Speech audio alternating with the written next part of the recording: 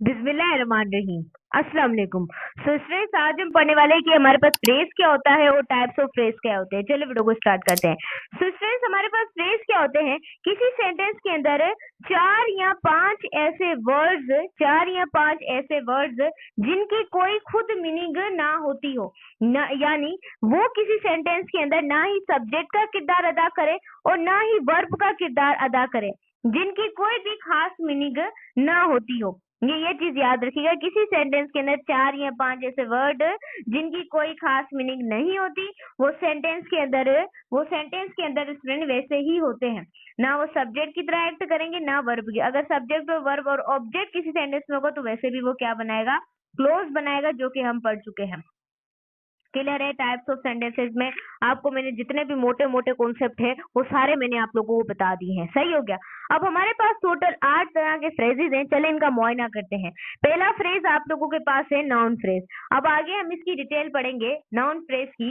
ये बच्चों किसी भी सेंटेंस, आप लोगों के पास कोई भी सेंटेंस होता है उसके अंदर ये नाउन, अगर फॉर एग्जाम्पल किसी सेंटेंस के अंदर हमारे पास सब्जेक्ट और वर्ब मौजूद नहीं होते तो ये क्या करता है? सब्जेक्ट, वर्ब और कॉम्प्लीमेंट का क्या करता है? रोल अप्लाई करता है नाउन फ्रेज। और स्टूडेंट्स, इस तरीके से आपका वर्ब फ्रेज होता है जो आगे वर्ब को मॉडिफाई करता है। अगर किसी सेंटेंस के अंदर मौजूद नहीं है तो वो फ्रेज बनता है। और थर्ड आपके पास है एडजेक्टिव फ्रेज, फोर्थ है एडवर्ब फ्रेज, और आपके पास फिफ्थ है प्रपोजिशन फ्रेज और इंफिनिटिव फ्रेज, जेरेंट फ्रेज और पार्टिसिपल फ्रेज। तो चलिए नेक्स्ट स्लाइड पर चलते हैं और इन सारे फ्रेजेस को हम रगड़ा लगाएंगे क्लियरली तरीके से। तो चलिए नेक्स्ट स्लाइड पर आप लोगों को और ज्यादा डिटेल बता। सो स्टूडेंट्स, यहाँ पर हम आ चुके हैं। यहाँ पर आपको बताते हैं कि टाइप्स ऑफ फ्रेज की कहानी। सो ध्यान से आप लोगों ने वीडियो को देखना है। सो अब देखें यार, अगर मैं आपको बताऊं तो सेंटेंस के अंदर 2 या 3 ऐसे वर्ड जो ना सब्जेक्ट की तरह एक्ट करे और ना वर्ब की तरह। अगर सेंटेंस के अंदर सब्जेक्ट और वर्ब है तो वो मिलकर एक क्या बनाएंगे? क्लोज बनाएंगे। या याद रखिएगा, अगर कोई इंडिपेंडेंट सेंटेंस है, अगर कोई इंडिपेंडेंट क्लोज है तो वो क्या बनाएगा? सेंटेंस बनाएगा। अगर किसी सेंटेंस के अंदर एक डिपेंडेंट क्लोज है और दूसरा इंडिपेंडेंट, तो वो भी मिलकर एक क्या बनाएंगे? सेंटेंस बनाएंगे।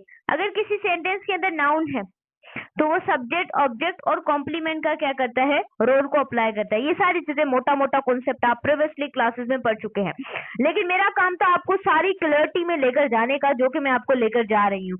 सो देखें, नाउन फ्रेज। अब नाउन फ्रेज, फ्रेज का मतलब भी 2-3 ऐसे वर्ड जिनकी कोई भी मीनिंग नहीं होती। ये आपको मोटा मोटा कॉन्सेप्ट मैंने आपको बता दिया है। ये सारे बच्चों को अभी क्लियरिटी में आ गए होंगे आप सब।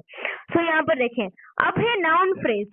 तो नाउन फ्रेज को आपने ध्यान से सुनना है कि जब किसी सेंटेंस के अंदर सब्जेक्ट और वर्ब, यानी किसी सेंटेंस के अंदर सब्जेक्ट और ऑब्जेक्ट नहीं होता किसी सेंटेंस के अंदर, सो याद रखें ये नाउन फ्रेज वहां पर क्या करता है? सब्जेक्ट, ऑब्जेक्ट और कॉम्प्लीमेंट का क्या करे? जब रोल अप्लाई करे तो सिंप्लीफाई आप उसे नाउन फ्रेज कहते हैं। यानी किसी सेंटेंस के अंदर ये सब्जेक्ट या ऑब्जेक्ट का रोल अप्लाई करे और एक कभी कभी कॉम्प्लीमेंट का रोल अप्लाई करे, तो आप सिंपल उसे क्या बोलेंगे? Noun phrase. अकेला फ्रेज नहीं, इसके साथ नाउन जुड़ गया है।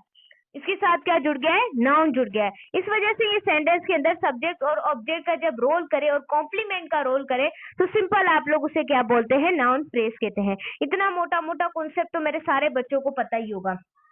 अब आगे चलें। अब हमारे पास वर्ब फ्रेज क्या होता है, इसको थोड़ा सा आपने देखना है। वर्ब फ्रेज आप उसे कहते हैं जब किसी सेंटेंस के अंदर हेल्पिंग वर्ब हो और मेन वर्ब, यानी कि किसी सेंटेंस के अंदर हेल्पिंग वर्ब और मेन वर्ब का जब किरदार अदा करता है तो सिंपल आप उसे क्या बोलते हैं? Verb phrase. यानी कोई ऐसा सेंटेंस है इसके अंदर हेल्पिंग वर्ब और वर्ब नहीं है, तो उसमें जो वर्ब फ्रेज है वो अपना किरदार अदा करेगा, एक हेल्पिंग वर्ब के तौर पर भी और एक वर्ब के तौर पर भी अपना क्या करेगा? अपना किरदार अदा करेगा। ये सारी चीजें हमने याद रखनी है। सही हो गया। उसके बाद अगर हम नीचे देखें, हमारे पास है एडजेक्टिव फ्रेज।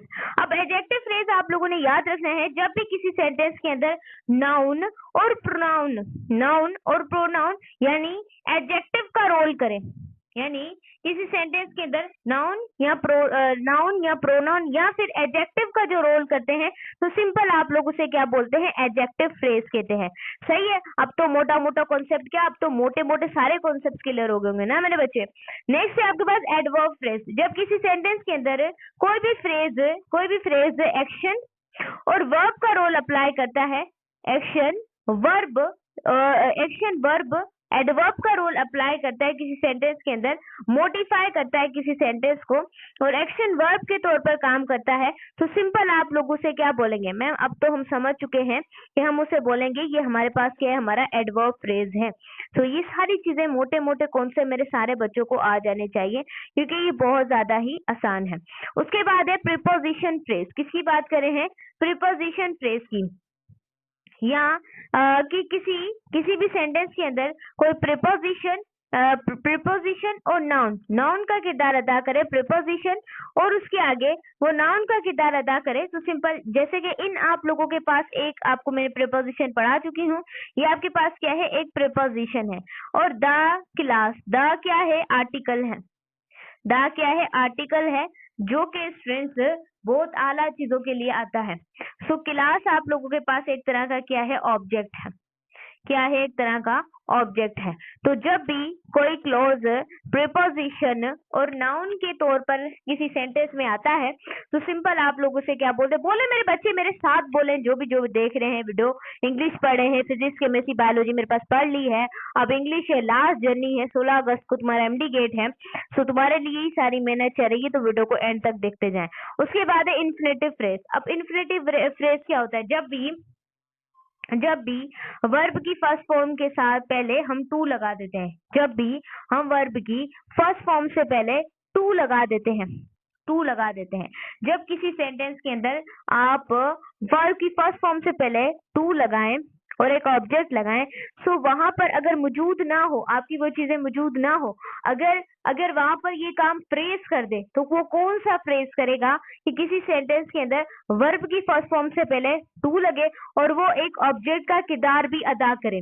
किसका किरदार? एक ऑब्जेक्ट का किरदार भी अदा करे। उसे सिंपल आप लोग क्या बोलते हैं? इन्फिनेटिव फ्रेज कहते हैं। क्लियर हो गया? ये सारे मोटे मोटे कॉन्सेप्ट मेरे सारे बच्चों को क्लियर हुए होंगे। उसके बाद हमारे पास होता है जेरेंट फ्रेज।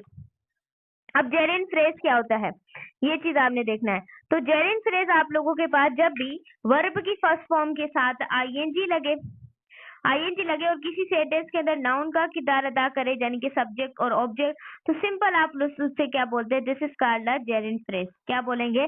Geraint phrase. उसके बाद है पार्टिसिपल फ्रेज। अब पार्टिसिपल फ्रेज क्या होता है? जब भी वर्ब की फर्स्ट फॉर्म के साथ आईएनजी लगे और वो एडजेक्टिव का भी काम करे, यानी किसी भी वर्ब को किसी भी नाउन और प्रोनाउन की क्या करे? वो तारीफ करे, उनको और ज्यादा मॉडिफाई करे। यानी एक बार और सुन ले, मेरे सारे बच्चे सुन ले, गौर से सुनना, किसी चीज को मिस मत करना, वरना तेरा नुकसान होगा। अब देखो, वर्ब की फर्स्ट फॉर्म के साथ आईएनजी हो तो वो दो तरह के काम करेगी, एक एडजेक्टिव का काम करेगी और दूसरा वो काम करेगी वर्ब की थर्ड फॉर्म। तो वो तो वैसे ही पार्टिसिपल होता है, वर्ब की फर्स्ट फॉर्म आईएनजी और वर्ब की थर्ड फॉर्म वैसे ही पार्टिसिपल है। सो ध्यान से आप लोगों ने सुनना है कि वो दो तरीके से काम करती है, वर्ब की फर्स्ट फॉर्म आईएनजी, एडजेक्टिव का भी और वर्ब की थर्ड फॉर्म का भी एक तरह का काम करती है। यानी कि वो नाउन और प्रोनाउन को ज्यादा मॉडिफाई, उनकी ज्यादा ही कुछ तारीफ करने का काम करती है। सही, एडजेक्टिव आपको पता है कि नाउन और प्रोनाउन की एडजेक्टिव बोलता ही क्यों है? मैं आज जन्म ही क्यों लिया है ग्रामर के अंदर, ताकि मैं नाउन और प्रोनाउन दोनों की मिलकर साथ में तारीफ कर सकूं। सिंपल, आप लोग ऐसे भी कह सकते हैं। घबराना नहीं है ना, घबराना नहीं है मेरे किसी भी बच्चे ने, हर चीज का डट के मुकाबला करना है। उसके लिए आप लोगों को मेहनत करनी पड़ेगी, और मेहनत तो आप लोग वैसे ही बहुत ज्यादा करते हैं, मुझे पता है। सो यहाँ पर देखें, आई होप आपको क्लियर हुआ हो। तो अब हम चलते हैं नेक्स्ट स्लाइड के ऊपर। व्हाट्सएप चैनल को ज्वाइन कर लीजिएगा, और हमारा एक चैनल है टीच दुआ बायोलॉजी, उसे लाजमी सपोर्ट कीजिएगा, ताकि आने वाली जो जनरेशन है वो यहाँ से अपनी तालीम बायोलॉजी को अच्छा क्लियर कर सके। सही, लाजमी आपने सब्सक्राइब करना है। फेसबुक हमने नया पेज बनाया, तो लाजमी आप लोगों ने फॉलो करना है पेज को, लिंक डिस्क्रिप्शन के अंदर, इंस्टाग्राम, टिकटॉक, सारा आप लोग कीजिएगा सपोर्ट। तो चलें, सो स्टूडेंट्स हम आ चुके हैं और ज्यादा डिटेल करने के लिए सिर्फ आप लोगों के लिए।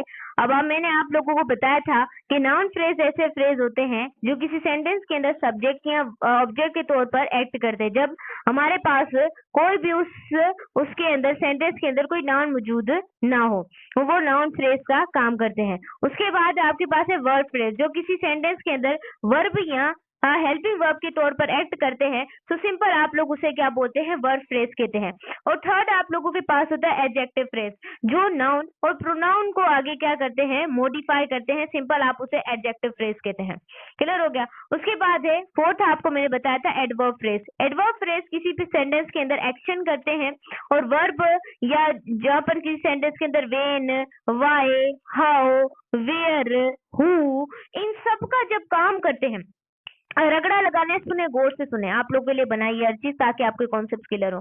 जब भी किसी सेंटेंस के अंदर एक्शन वर्ब का किरदार अदा करें, यानी किसी सेंटेंस के अंदर वेन हो, वाई हो, हु हो, वेयर हो और फिर हु हो, ये किसी सेंटेंस के अंदर, तो वहां पर अगर वो किरदार अदा करे हैं, वहां पर मौजूद नहीं है एक्शन वर्ब, तो सिंपल आप उसे एडवर्ब फ्रेज कहते हैं। और एक आप लोग के पास होता है प्रीपोजिशन फ्रेज, यानी किसी सेंटेंस के अंदर प्रीपोजिशन का किरदार अदा करना और उसके साथ साथ ऑब्जेक्ट भी हो। ये प्रीपोज यानी जैसे कि इन द, कहाँ पर लिखूं, इन द क्लास, क्या है इन, मैं यहाँ पर ही लिख लेती हूँ, इन द क्लास। अब यहाँ पर इन देखें क्या है, इन एक प्रीपोजिशन है, द क्या है, एक आर्टिकल है, उसके बाद क्लोज क्या है, एक तरह का ऑब्जेक्ट है। तो जब किसी सेंटेंस के अंदर प्रीपोजिशन और ऑब्जेक्ट की तरह एक्ट करें तो सिंपल उसको हम कहते हैं प्रीपोजिशन फ्रेज। सही है। अब हमारे पास इन्फिनेटिव फ्रेज क्या होता है, जब भी किसी सेंटेंस के अंदर वर्ब की फर्स्ट फॉर्म से पहले हम टू लगाएं और फिर बाद में ऑब्जेक्ट लगाएं तो सिंपल आप लोग उसे क्या बोलते हैं, इन्फिनेटिव फ्रेज। सही हो गया। ये सारे कॉन्सेप्ट आपने याद रखने हैं, ये बहुत ज्यादा इंपॉर्टेंट है आपके एमडीके टेस्ट के लिए, तो बहुत ज्यादा, ये हाई लेवल टेस्ट है, आपको पता है आपकी सीट इसी टेस्ट पर टिकी हुई है, तो बी प्रिपरेशन रहे मेरे बच्चे, बी प्रिपरेशन। उसके बाद है पार्टिसिपल फ्रेज। अब देखें अगर फर्स्ट वर्ब की थर्ड फॉर्म जो है वो आपकी, अगर किसी सेंटेंस के अंदर वर्ब की थर्ड फॉर्म, तो वैसे भी वो पास्ट पार्टिसिपल का ही काम करती है, और वर्ब की फर्स्ट फॉर्म के साथ अगर आईएनजी हो तो वो एडजेक्टिव की तरह एक्ट करती है। ये सारे मेरे स्टूडेंट्स को पता है, आप बहुत ज्यादा इंटेलिजेंट होंगे। अब यहाँ पर देखें नाउन फ्रेज। नाउन फ्रेज जो होता है वो किसी सेंटेंस के अंदर सब्जेक्ट और ऑब्जेक्ट दोनों का किरदार अदा करे तो वो नाउन फ्रेज है। यानी अब देखें यहाँ पर लिखा हुआ है द टाल बॉय इज प्लेइंग फुटबॉल, यानी जो टाल बॉय है, जो लंबा लड़का है, वो क्या कर रहा है, वो फुटबॉल के साथ खेल रहा है। लंबा लड़का फुटबॉल के साथ क्या कर रहा है, खेल रहा है। तो यहाँ पर आपने देखना है, ये आपके पास जो टेल बॉय है, जो टाल बॉय है, वो क्या कर रहा है, एक फुटबॉल के साथ खेल रहा है। तो यहाँ पर ये किसका रोल अप्लाई कर रहा है, यहाँ पर ये सब्जेक्ट का रोल अप्लाई कर रहा है। तो ये भी एक तरह का क्या है, नाउन फ्रेज है। अब she boat a beautiful dress, उसने एक खूबसूरत ड्रेस को खरीदा। तो यहाँ पर क्या है, ये यहाँ पर ये ऑब्जेक्ट की तरह किरदार अदा कर रहा है, और यहाँ पर ये किसकी तरह किरदार अदा कर रहा है, सब्जेक्ट की तरह किरदार अदा कर रहा है। सही। तो ये आप लोगों के पास दोनों क्या है, आप लोग देख सकते हैं, यहाँ सब्जेक्ट की तरह और यहाँ पर ऑब्जेक्ट की तरह किरदार अदा कर रहे हैं। सही। ये चीज आपने क्या करनी है, याद रखनी है। सही। ये थोड़ी टाइपिंग मिस्टेक हो गई है यहाँ पर चीजों को लिखने में, सो मैं आपको करेक्ट भी करवाती जाऊंगी। यहाँ पर लिखा हुआ है she is reading a book, she is reading a book. यहाँ पर देखें ये नाउन जो है, नाउन जो फ्रेज है, ये दो ऊपर वाले हैं और नीचे वाले वर्ब फ्रेज हैं। ये थोड़ी सी मिस्टेक हुई, आपने इसको देखना है। ये दोनों आप लोगों के पास क्या है, वर्ब फ्रेज है। सही। इसको ध्यान में रखिएगा। जैसे कि she is reading a book, वह क्या कर रही थी, वो लड़की क्या कर रही थी, एक बुक को पढ़ रही थी। सही। तो यहाँ पर देखें इज लिखा हुआ, इज क्या है, एक हेल्पिंग वर्ब है, रीडिंग क्या है, वर्ब की फोर्थ फॉर्म है, आपको पता है। एक वेस्टो टेंसेस के अकॉर्डिंग ये प्रेजेंट कंटिन्यूअस टेंस होगा, हेल्पिंग वर्ब लगी हुई है इज, तो ये हमारे पास क्या है, एक तरह का वर्ब फ्रेज है। उसके बाद है दे हैव बीन वर्किंग, यानी वो क्या कर रही है, वो खेल रही है बहुत ज्यादा हार्ड।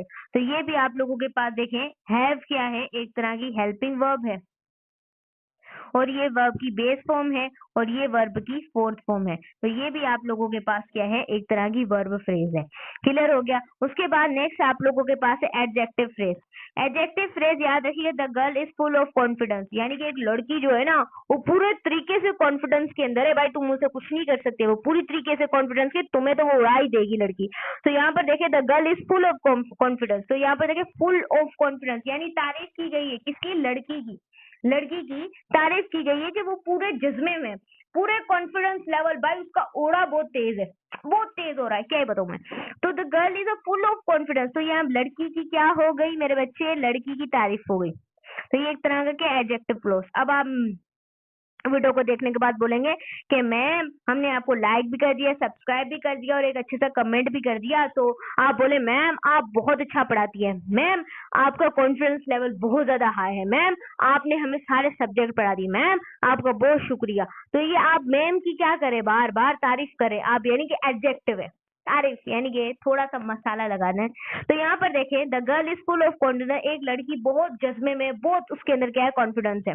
तो ये एक तरह का क्या एडजेक्टिव क्लास है। He was very proud of is success, यानी मुझे बहुत नाज है तुम्हारी कामयाबी पर, मुझे बहुत नाज है।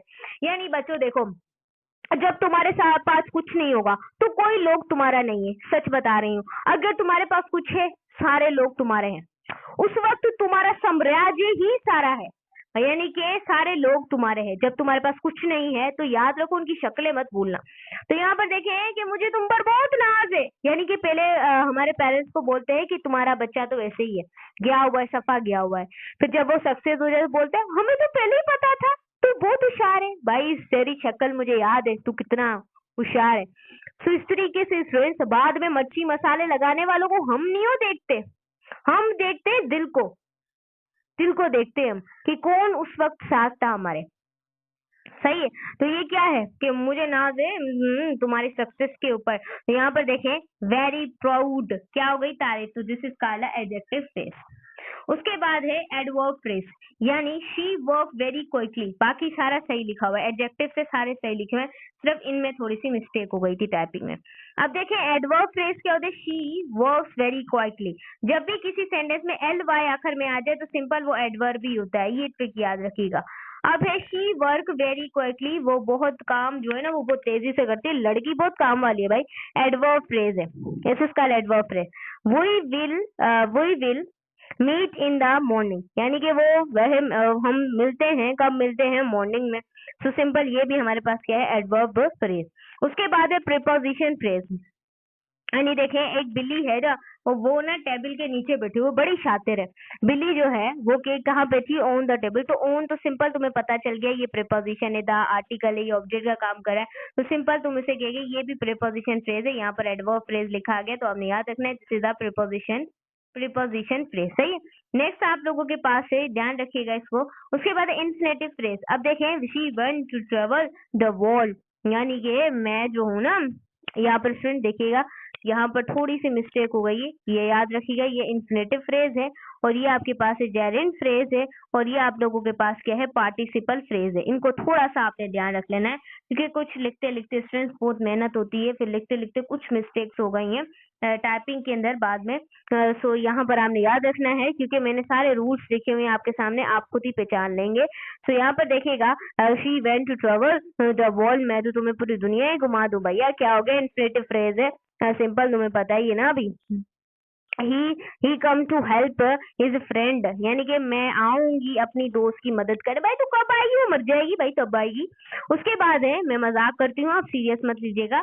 अब swimming in the proof is my hobby, swimming जो है ना, या स्विमिंग जो है पूल में, वो मेरी हॉबी है भाई, मेरी हॉबी, मैंने करना है, मैंने स्विमिंग करनी है भाई, मैंने स्विमिंग करनी है, कौन मुझे रोकेगा, नहीं रोक सकता। लाइक सब्सक्राइब वीडियो को शेयर कर दें, कमेंट करें, अच्छा सा वीडियो को ज्यादा से ज्यादा शेयर करें। बहुत गर्मी है, पंखा नहीं चलाया स्टूडेंट्स, आप लोग खुद सोच सकते हैं क्या मेरी हालत होगी ताकि आपको मेरी आवाज सही आ सके, नहीं तो बीच में पंखे की आवाज आ जाती है, फिर आपके कॉन्सेप्ट क्लियर नहीं होंगे। क्लियर है। रनिंग यानी कि भागना, भागना वर्ब की फर्स्ट फॉर्म के साथ भाई आईएनजी लगा हुआ है ना, सिंपल। सो सिंपल आपने देख लिया है। अब है रनिंग ऑकर द रोड। अब रनिंग यानी कि वर्ब की फर्स्ट फॉर्म के साथ यहाँ पर भी आईएनजी है, लेकिन यहाँ पर क्या adjective, occurs the road adjective. Broking टूटना, क्या टूटना, स्टॉर्म यानी कि तूफान। The tree is lie on the ground, यानी कि जो आपको जो ट्री है, दरख्त है, वो आके लाई कर गए, कहाँ पर गिर गए बेचारे, ग्राउंड के ऊपर गिर गए। तो यहाँ पर आप लोग देख सकते हैं कि रनिंग, रनिंग तो मैंने माना कि वर्ब की फर्स्ट फॉर्म के साथ आईएनजी लगा हुआ था, लेकिन यहाँ पर ऑकर्स द रोड यानी कि रोड का तबादला करा दिया गया, रोड की तारीफ करा दी गई। सो ये चीज आपने याद रखना है। हमारे पास हो गया पार्टिसिपल फ्रेज, यानी कि एक एडजेक्टिव के तौर पर भी काम कर सकते हैं। सो हमने सारे कॉन्सेप्ट के साथ बिल्ड रहना है। मेरी यही अपने स्टूडेंट से गुजारिश है कि काफी कभी भी कोई भी कॉन्सेप्ट को बड़ा छोटा मत समझिएगा। हर कोई अगर नॉलेज देता है आपसे बड़ा ये छोटा आपने हासिल करने की जरूरत करनी है, लाजमी सीखना है। तो वीडियो को लाइक करना है मेरे बच्चे, चैनल को सब्सक्राइब करना है, व्हाट्सएप चैनल को ज्वाइन करना है, टीच दुआ बायोलॉजी को सपोर्ट करनी है चैनल को, और लिंक डिस्क्रिप्शन के अंदर फेसबुक, इंस्टाग्राम, टिकटॉक सारों के ऊपर हमें सपोर्ट करनी है। बाय बाय, मिलेंगे नेक्स्ट वीडियो में नेक्स्ट हमारे टॉपिक के